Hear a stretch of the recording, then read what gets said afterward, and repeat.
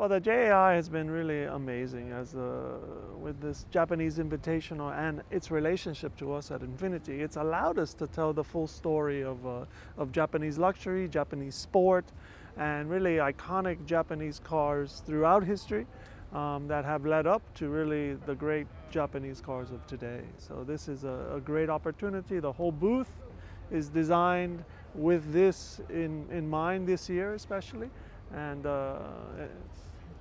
take a look for yourself. It's wonderful.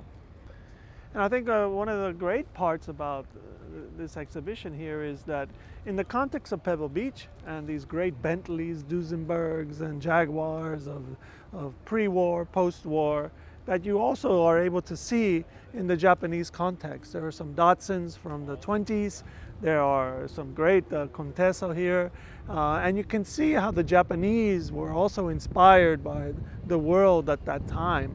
And it really allows everyone to see how all humans love cars and how they made great cars at those times. Because I myself, I'm in love with the history of our company, because we started in 1911. 3 investors made a car called the Dot. In the context of the Japanese Industrial Revolution of the turn of the century, 19th century, they were making tiny cars because the context of Japan was that way. But then when they wanted to improve, they started consulting with the English and with the Americans. Our first head engineer was an American, and in 1914. And he was part of the making our cars a little larger, a little bit more solid, and then the performance bug came in. So all of that, especially with the first Grand Prix in Japan in 1936, when the Japanese engineers got to see a Silver Arrow, and they, you know, they're like us, they turned the gas on, and they also started going for speed. So that's one of the great things. You can see it all here, and you can connect the dots. Well, like I mentioned, there's a few very old Datsuns over there, which then they almost look like miniature American cars. They're like almost a half scale, but they're full scale. Those are great, and I think people should take a look at it. And then, of course, cars like the Contessa, and for me, the Silvia, these are cars that, in a sense, there's some Anglia, and then there's some inspiration of European cars in here, and even maybe a Corsair and other things like that.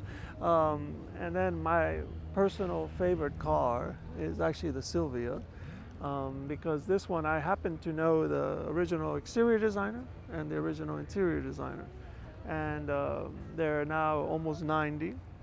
And they come to Design Center all the time, and we have a special project we're going to do about that. NSX, GTR, some of the Subarus. I mean, especially the 80s cars are super cool, because they really represented this optimism of Japan when Japan was really getting traction. They were being recognized with Miata 300Z and cars like this as being designed. And so those you have to see, and of course you have to see the FX, which is not a classic, but it represents a kind of third wave of Japanese great design. So I think everyone just should mingle with the cars.